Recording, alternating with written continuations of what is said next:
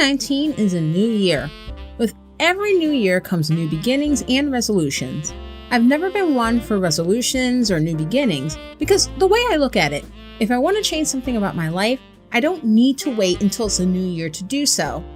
But what I have tended to do, at least until recently, is reflect on life, think about family, friends, and associates who didn't get to make it another year, and be both thankful that I did make it another year and continue to not take the time I'm given on Earth for granted, living the life that those who are no longer with us didn't get a chance to live. Tomorrow is promised to no one. The past couple of years, though, a part of me has wondered what's next for this country I call home, and it's been unnerving. Feelings about this country can be somewhat complicated. This is a country that both allows for a degree of opportunity and liberty and has denied the fullness of that opportunity and liberty for many of its own people due to the color of their skin or ethnic background or other points of difference. This is a country that generations of Black Americans and other persons of color have fought and died for, yet the country they've sacrificed for also let them down. So the idea of being proud to be American is a bit complicated. Yet for better or for worse, this is home. And with each passing year since the election of Donald John Trump, the worst always seems yet to come. I'm your host, Jaye Poole, and this is Pot Stirrer Podcast.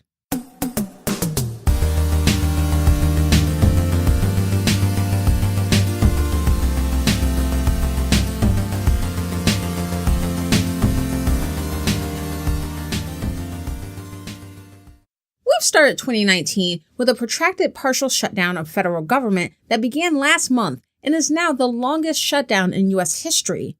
As of this recording, Donald Trump, bolstered by conservative pundits Rush Limbaugh and Ann Coulter, refuses to sign any bill without his $5.7 billion for the southern border wall. A southern border wall that a majority of Americans don't want, that Mexico was supposed to pay for, and will not do what he promises it will do. That wouldn't necessarily be a problem, as bills to reopen government have the support of both chambers of Congress. But Mitch McConnell, the Senate Majority Leader and terrible human who has done more to subvert democracy in the past few years than just about anyone else, won't allow the bill to the floor for a vote. If Trump is going to veto a bill without the full funding for a border wall anyway, why is McConnell afraid of a Senate vote? Meanwhile, thousands of federal government workers are on unpaid furlough. Still others are labeled essential workers and mandated to work, such as TSA, but are not getting paid. Overall, over 800,000 civil servants are being affected by the shutdown. Once government is reopened, these workers are likely to get back pay, but as of right now, they are not receiving their steady paychecks. And not only that, Trump canceled their wage increase for 2019, which adds insult to injury. Many Americans live paycheck to paycheck, a result of this exactly, wages not rising with inflation. The shutdown means falling behind on rent and utilities. Landlords and mortgage companies don't take IOUs. It means damaged credit. And in the U.S., credit is everything. It makes a difference. From procuring transportation to finding a decent place to live, to even, in some cases, finding another job. And if the shutdown lasts longer than 30 days, these civil servants and their families will lose health insurance too. These are not simply the bureaucracy or Democrats, Trump implying we shouldn't care about their well-being anyway because they're the wrong ideology. These are real-life people with real-life families, and it not only affects them, it affects private businesses that depend on government being open. Businesses who cater to government workers, companies that depend on government contracts. And if you're one of those folks more worried about your 401k than the fate of civil servants, take note that this will affect you too, if it hasn't already.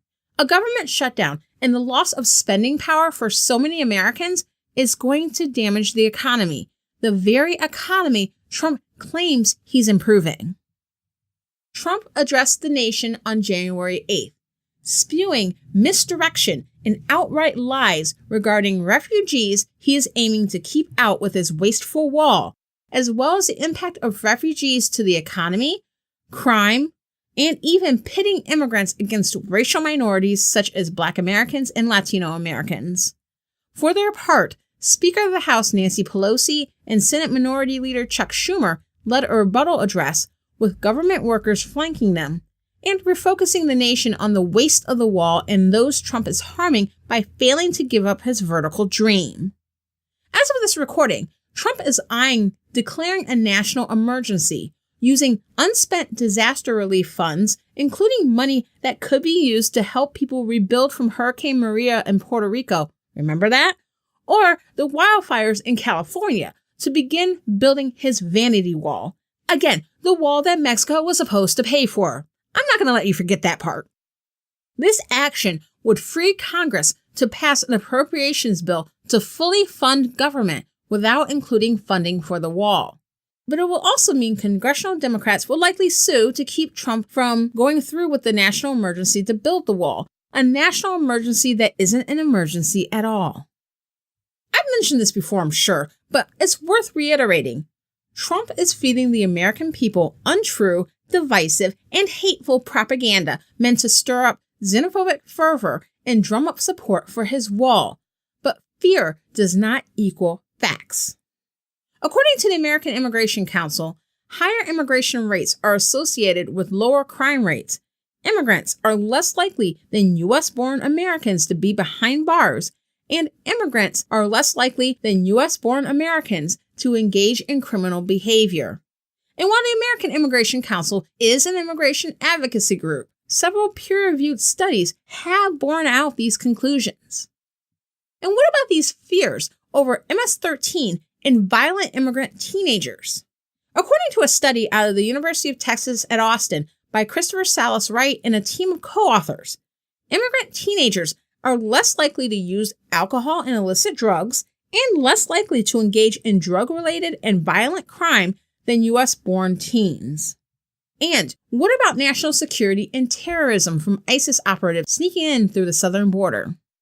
According to the Southern Poverty Law Center, the vast majority, 2/3 of terrorist acts are committed by right-wing groups, much more than left-wing groups or Islamic terror groups. Trump and his supporters like to trot out anecdotal incidents to support the notion that Americans, especially white Americans, should fear immigrants. Cases such as the Kate Steinle incident or the recent killing of police officer Ronell Singh.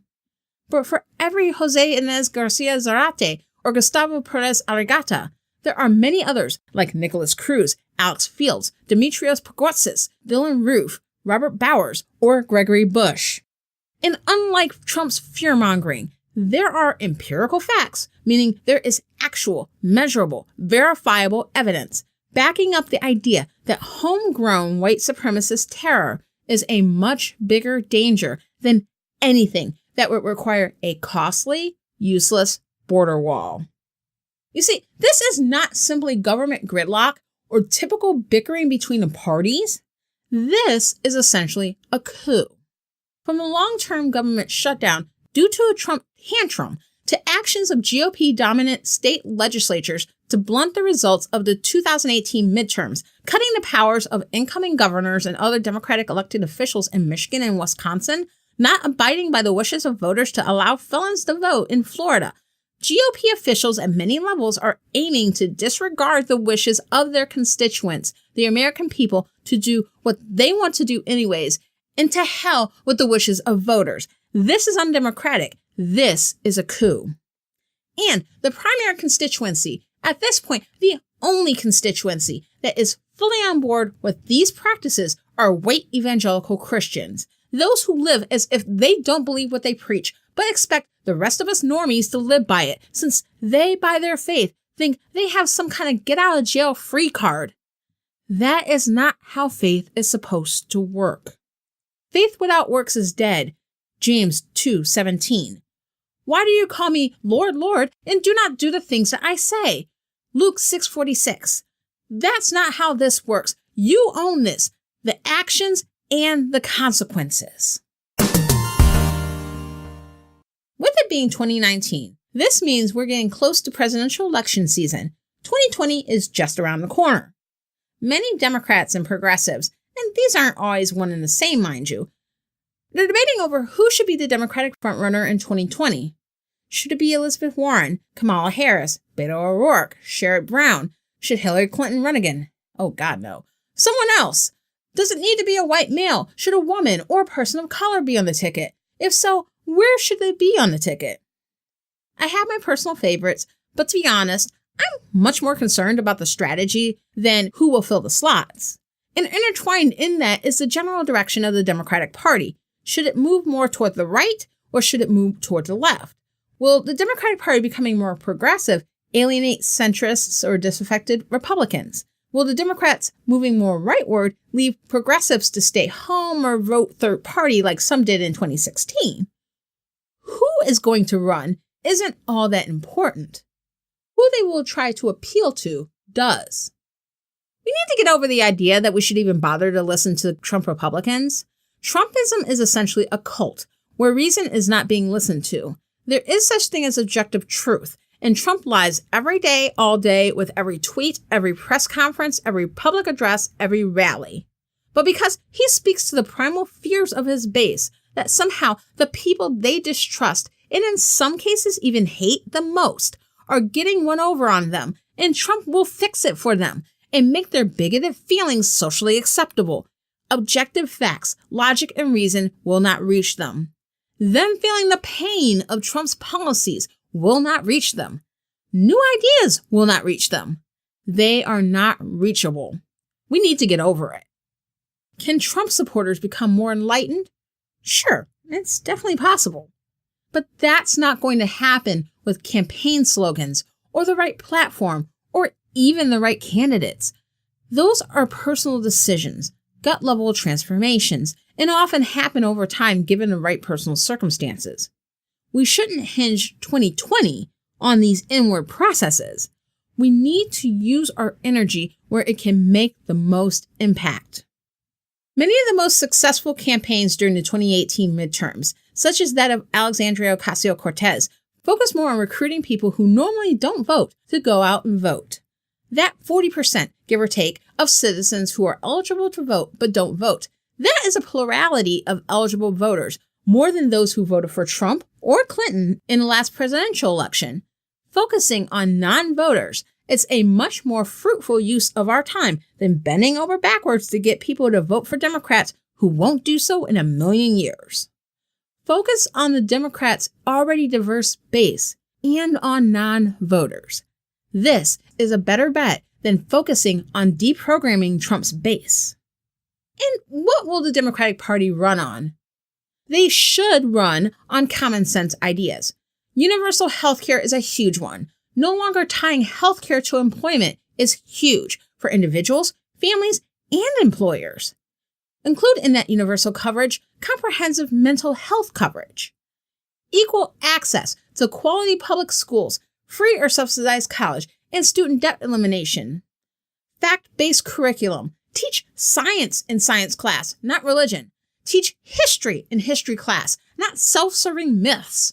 Bring on consumer and labor regulations. Make sure the minimum wage is an actual living wage. And let's get rid of corporate welfare. In a capitalist society, if you own a business, it should rise and fall on your ingenuity, your decisions, and the rest of us shouldn't have to bail out your company so you can pay yourself or your executive board multi-million-dollar bonuses. At the same time, let's be sure to fund public assistance. A post-industrialized country should not have people living in horrible conditions, including our nation's children, with no way to escape poverty. Let's actually fix our immigration system so it can be run on facts and not fear. Immigration can be orderly without lacking in common sense, combating terror, including the real terror threats here at home by right-wing extremists. Accountability for authority from police to politicians, equal rights, and non-discrimination based on sexual orientation, gender identity, religion or lack thereof, national origin, as well as race, ethnicity, and sex. This is not an attack on the First Amendment. Feel, think, and say what you want. If you want to be ignorant, do you. but your ignorance should not infringe on the rights and liberties of other people. I probably haven't covered everything, but you get the idea. And the money is there. Don't let anyone tell you different. It's less about raising taxes, though we need to get over the stupid idea that taxes are bad, but really, it's more about allocation. To be honest, I'm not holding my breath that the Democrats will run on this platform, but it would serve them well to move in a more progressive direction and not succumb to Republican scare framing like, oh my gosh, socialists, or but taxes. Call it what you want, because labels don't pay the bills or put food on the table. This is investing in our own country, investing in our own people, and making this country great for all of us. As a history buff, I really got into the podcast series Bagman by Rachel Maddow from MSNBC. Bagman is about the resignation of the late Spiro Agnew, who was President Richard Nixon's first vice president. I highly recommend you listen to it. It includes interviews with people who were involved with the criminal investigation into Agnew on both sides. It's also instructive for today, in a sense, due to the current investigations into the White House and other political officials. It came up in the podcast that because Agnew was a socially conservative demagogue who had an extremely fervent base of supporters, he was viewed as being even more dangerous than Nixon. For investigators, the possibility of a President Agnew lit a fire underneath them to work against the clock to get him removed before Nixon, since this was also happening concurrent with the Watergate scandal that would later take down Nixon. And it's thought that Nixon knew that Agnew was a bit of a shield for him, as his presence as the guy who was a heartbeat away from the presidency made Nixon's political enemies think twice about removing him. I still stand by my earlier prediction that if Donald Trump is still president in 2020, he will be reelected. The continued erosion of democratic norms, the divisive rhetoric from the Oval Office, the sustained voter suppression in the states, and subverting of the will of the people, as well as the support for emergent anti-democratic regimes in places like Brazil, bolstering Trump's support internationally. All of these steps are solidifying authoritarian power by Donald Trump and the GOP. There's no telling how much worse it will get between now and next year. But if Trump still holds executive office, it will get worse, potentially much worse than we can ever imagine. That said, it's hard to say what will happen in 2019. With whispers of Rod Rosenstein, the Deputy Attorney General, resigning in the near future, there is speculation that the Mueller investigation is winding down. With that, there is the distinct possibility that Donald Trump could be publicly named as a co-conspirator as a result of the Mueller investigation and may get entangled in state investigations as well. He could be impeached and removed, though this is a difficult task, even if the Democrats had both chambers of Congress, which they don't. He might decide to resign. Some speculate he might take this route, depending on what Robert Mueller and other investigators have on him, or others close to him, such as his children. I don't think he's inclined to resign, but then again, I'm not a lawyer, so I can't speak to what could happen to lead Trump to decide that resigning is a better option than riding it out. But my thought is that if Trump departs before next year's general election, it's more likely it will be by resignation than by impeachment and removal. For what it's worth, what needs to happen is that if Trump goes down, Vice President Mike Pence needs to go too. Like Agnew for Nixon, Pence is Trump's shield. Yes, Mike Pence, the guy standing silently next to Trump with a Bible in his hand while he spews a torrent of lies. Yeah, that guy.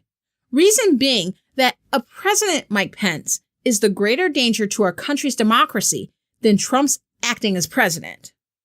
While Pence doesn't have the charisma or demagogic following of Agnew, even his own state doesn't really like him. Pence's zealotry makes progressives, myself included, concerned about the long-term consequences of Trump leaving office before the 2020 election. Let's talk a bit about the vice president. Who is this guy, and why should we be vigilant? Mike Pence hails from Columbus, Indiana, a city in the southern part of the state about 45 minutes away from Indianapolis. He grew up in an Irish Catholic family. He went to Hanover College, a private liberal arts school, and while in college, he was drawn to evangelical Christianity. And with becoming born again, he became more politically and socially conservative. He later married his wife Karen, earned his law degree from Indiana University, and after some time in private practice, became a conservative radio talk show host from 1994 through 1999. Pence made forays into running for political office in the late 1980s, but was unsuccessful, but later found success in 2000, being elected to Congress as a House rep and serving from 2001 through 2013. Then he became governor of Indiana in 2013 until becoming vice president in 2017. Pence has been known for holding conservative views, expressing those views politically, and living an extremely conservative lifestyle. He has stated he will not dine with women alone, even for business matters. He will not attend functions with alcohol without his wife, and he calls his wife mother. He has stated that abortion should be punishable by death, and supported government funding for gay conversion therapy. He has stated as late as the year 2000 that smoking doesn't cause cancer. He has voiced skepticism regarding global warming, and while in Congress, he voted against the regulation of greenhouse gas emissions. His anti-environmental regulation stances also extended to his governorship. Here's one example. East Chicago, Indiana, is a small city of 30,000 people just outside the much larger city of Chicago, Illinois. East Chicago's demographics are mostly Black and Latino, with a median household annual income of $27,000, less than half the national average of $59,000 a year. East Chicago was once a huge steel town, and smelting facilities and other factories were commonplace in and around East Chicago for several decades throughout the 20th century. Like a number of other northern cities, East Chicago experienced white flight and suburbanization in the 1950s and 60s, but the decline of the steel industry beginning in the 1970s, leading to layoffs and later closures of the plants, led to the city's economic and population downturn. In the early 1980s, it was discovered that the factories that dotted East Chicago and surrounding areas in northwest Indiana were found to be leaching lead and other harmful chemicals into their surrounding soil. In 1985, the EPA tested neighborhoods in this region and found soil contaminated with lead. According to the World Health Organization, lead is a cumulative toxic substance that affects multiple systems in the body. Once lead enters the body, it is distributed to your organs, and the body will store lead in teeth and bones, where it can accumulate over time with additional exposure. Adults exposed to lead are at increased risk of high blood pressure and kidney damage. For pregnant women, it can also lead to miscarriage, stillbirth, premature births, and low birth weight, since stored lead in bones is remobilized into the blood during pregnancy. But young children in particular are especially vulnerable to the effects of lead, since their bodies absorb 4 to 5 times as much lead per volume as adults. Severe lead poisoning can lead to seizures, coma, and death. Children who survive severe lead poisoning can be left with brain damage and behavioral disorders. Even at lower levels of lead exposure, children can suffer from low IQ, attention-related disorders, learning disabilities, growth delays, hearing impairment, and aggression. There are no safe levels of lead for humans, and since it accumulates in the bones and teeth, it is extremely difficult to expel lead from the body. Lead is a pretty big deal. The discovery of lead contamination in the soil in 1985 led to 3 East Chicago neighborhoods being declared a Superfund site, meaning it is designated for environmental cleanup by the EPA. But while the government knew of the problem, there was very little focus on actually cleaning up these sites. And as the plants continued to close, many left toxic waste behind to leak into the ground and water supply. The residents were not warned of the extent of the toxic waste or the danger it could pose to their health. Then in 2009, it was discovered that some neighborhoods in East Chicago, including a local housing project, had dangerous toxic levels of lead and arsenic in the soil and water. The public housing project was called the West Calumet Housing Complex, and was built on top of the site of a closed lead smelting plant in the 1970s. This environmental finding eventually led to the closure of the complex and scattering of complex residents to other areas of the region. It also led to a lawsuit by neighborhood residents against the East Chicago Housing Authority, alleging racial discrimination because they had been forced to live in communities with known environmental toxins, which led to a settlement in 2016. The sites are still being cleaned up, which has led to tension between the EPA and residents, some of whom feel the slow cleanup is an additional example of systemic racial discrimination. In 2016, while Mike Pence was governor of Indiana, the mayor of East Chicago, Anthony Copeland, requested an emergency disaster declaration for the city due to the extent of the contamination and needing additional funds for cleanup.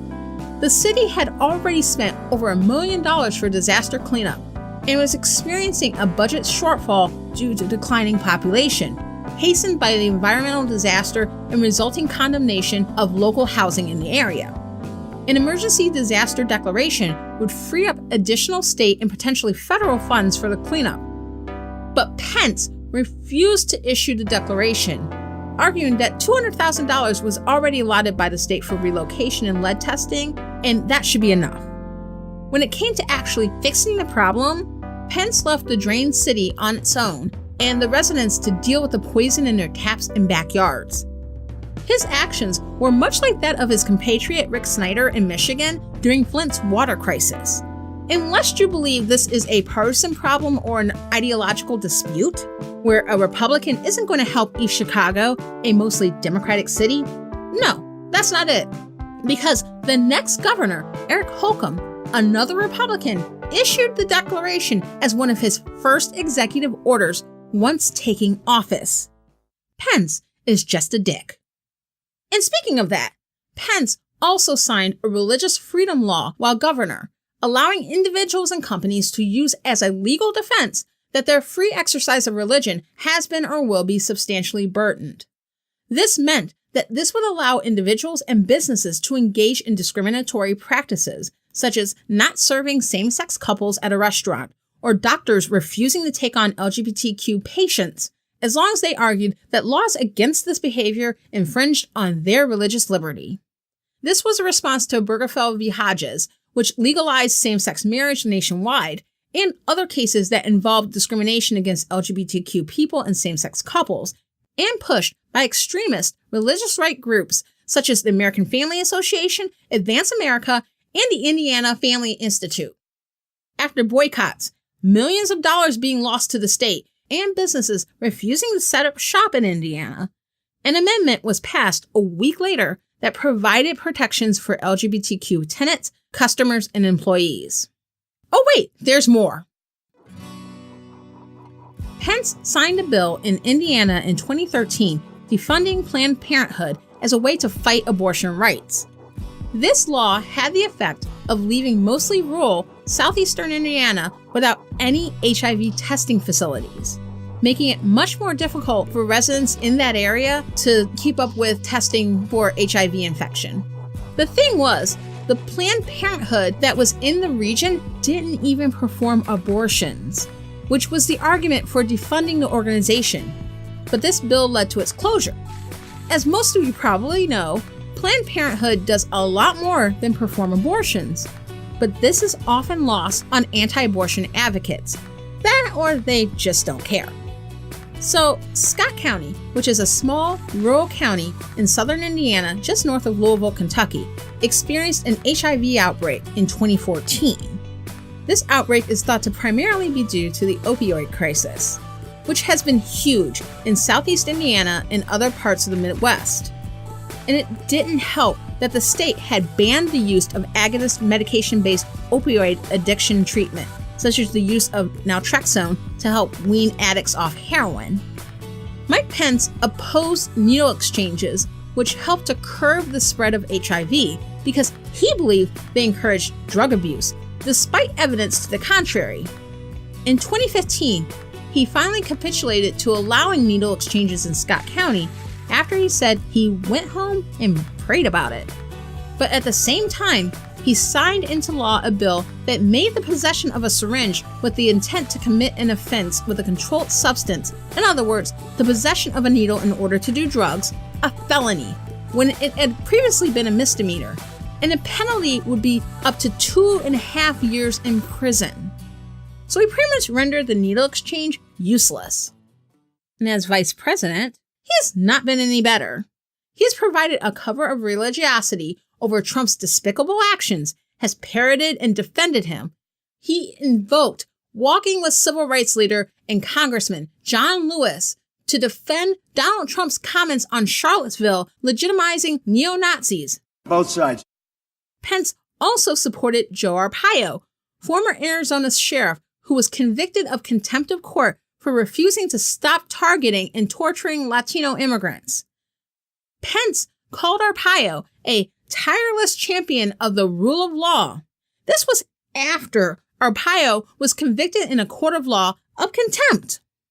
Pence has also provided his own brand of theater by using taxpayer dollars to attend, then walk out of an Indianapolis Colts game after players were kneeling during the national anthem in protest of police brutality against Black Americans. So that's a bit of a window into who we're dealing with.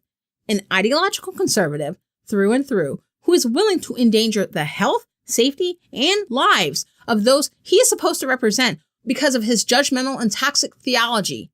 And there is no separation of church and state with him. According to the book, The Shadow President by Mike D'Antonio and Peter Eisner, Pence sees himself and other evangelical Christians as blessed but persecuted. And they go on to say that, quote, hope for the future resided in his faith that, as chosen people, conservative evangelicals would eventually be served by a leader whom God would enable to defeat their enemies and create a Christian nation, end quote. Here's the thing to remember. Donald Trump, at his core, is an opportunist. He is not a dyed-in-the-wool conservative, nor a true believer evangelical Christian. Does he hold racist and bigoted views? Of course he does. And despite what his MAGA fans will tell you, this is not new to his foray into presidential politics. He's been this way for decades, from his being investigated by the U.S. Justice Department for violations of the Fair Housing Act in the 1970s, to his demonization of the Central Park Five from the case's genesis in 1989, to their exoneration in 2002 and multi-million-dollar settlement with the city of New York in 2014. But above all, Trump is about money and admiration. He has no problem saying or doing anything that will give him cash and encourage his devoted base to love him even more. But Pence is a different story. Unlike Trump, Pence is a true believer. And unlike Trump, Pence comes off as stable and sane in comparison. He has the ear of conservative billionaire donors like the Koch brothers, even more so than Trump. And all of that makes him worse. Mike Pence is an extremist theocrat, a theocrat who really likes money from lobbyists, a theocrat who serves mammon while claiming God, but a theocrat nevertheless. And unless the Mueller investigation can uncover enough evidence to also force out Pence, Trump being removed from office might mean some stability internationally, but domestically, we just might be worse off. And that's saying something. Trump could leave office this year, but if so, this could truly be the beginning of an American nightmare. Here's to 2019. Cheers. In our society, conspiracy theories are running rampant as there's a segment of our population that believes that the truth about everything from mass murder to vaccines is being hidden from us. Along those lines, Nick and John explore the answer to this question: is someone hiding the cure to cancer? In the latest from Stranger Still. It's a thoughtful and fascinating episode, so be sure to check it out. Apple Podcasts, Stitcher, or anywhere you listen to podcasts. Or go to strangerstillshow.com for this and other episodes. And for all the great podcasts and other well-done and entertaining content on the Flying Machine Network, visit flyingmachine.network. Thank you very much for listening to Pot Stirrer Podcast. Be sure to subscribe on Apple Podcasts, Spotify, Stitcher, or your favorite podcatcher so you don't miss an episode. Also, January's Patreon bonus episode is a great reflection on 2018. Plus, I give some behind-the-scenes thoughts on your favorite episodes from the past year. If you aren't already a patron of Flying Machine, you'll want to get on that. Go to patreon.com/Flying Machine, and for just $5 a month, you can download bonus episodes from all Flying Machine shows. And that is both current bonuses plus our entire back catalog of bonus content. I'm Jaye Poole. Let's fight for America's future, because freedom is not free.